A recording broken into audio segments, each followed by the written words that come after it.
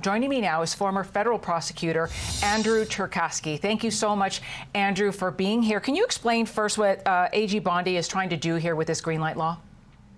Well, Attorney General Bondi is really trying to put an end to renegade prosecutors in southern New York. That includes both the U.S. attorneys and the liberal ones who have stayed around from the last administration and want to continue with political prosecutions. And it also includes Letitia James and the lawmakers in the state of New York who are seeking to end the use of affirmative New York state action to interfere or frustrate the efforts of immigration control on the federal scale. That violates the supremacy clause, ultimately. The state cannot pass laws or take action that directly interferes with that which is the federal authority. And here, where the country is in so desperate need to get the immigration problem under control, we have New York laws and prosecutors who are acting on them to take steps to interfere with federal enforcement of the law.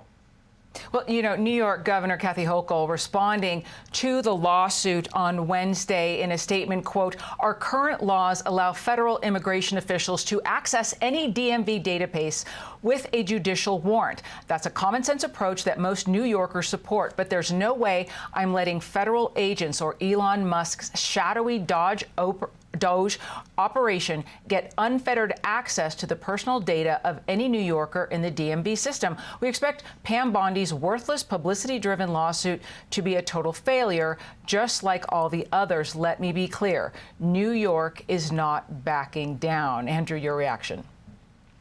Well, the courts have had some rulings in the past that allow for some degree of sanctuary cities or these sanctuary policies of states. But those laws are not consistent with what the New York law is, and it's not consistent with the time frame that we're in, where immigration crises have gotten so bad all around the country. So I think that when you really pick apart Governor Hochul's statement that is trying to attack Elon Musk's Doge, which is a perfectly legitimate government agency that was created by the Obama administration and just, I guess, retooled a bit under the priorities of President Trump. And you look at the actions of Attorney General Pam Bondi to make sure that the federal government's and the executive branch's enforcement of the law is not something that is secondary to the state's enforcement of the law. I think all of the actions that are being taken here are perfectly legitimate and fall in line with the Constitution and the separation of powers in our country.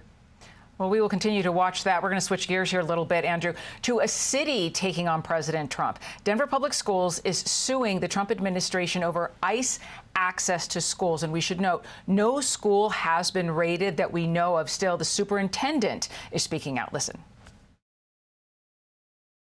If the goal was to create fear in the community, it's been an absolute success.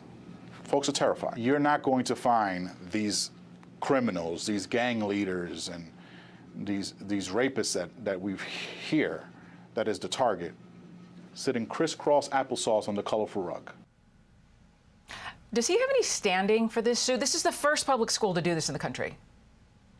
Well, I think that the fear that he's communicating is certainly something that is that's created by the issue that we have with sanctuary cities. So to some degree, court precedent has said that cities or states that are simply not actively helping the federal government enforce immigration, that is to some degree lawful. It's the interference of which is really the problem. And that comes in at government buildings like schools or apartment buildings that are owned by states. And so if federal officers want to come in order to execute legitimate law enforcement purposes, does the state or local government at that point just step back like the law requires them to enforce the law, or do they block the doors? Do they not allow people in? That would be interference with those law enforcement activities and clearly illegal. So this lawsuit is necessary, I think, for these sanctuary cities that are trying to actively interfere with federal law enforcement agents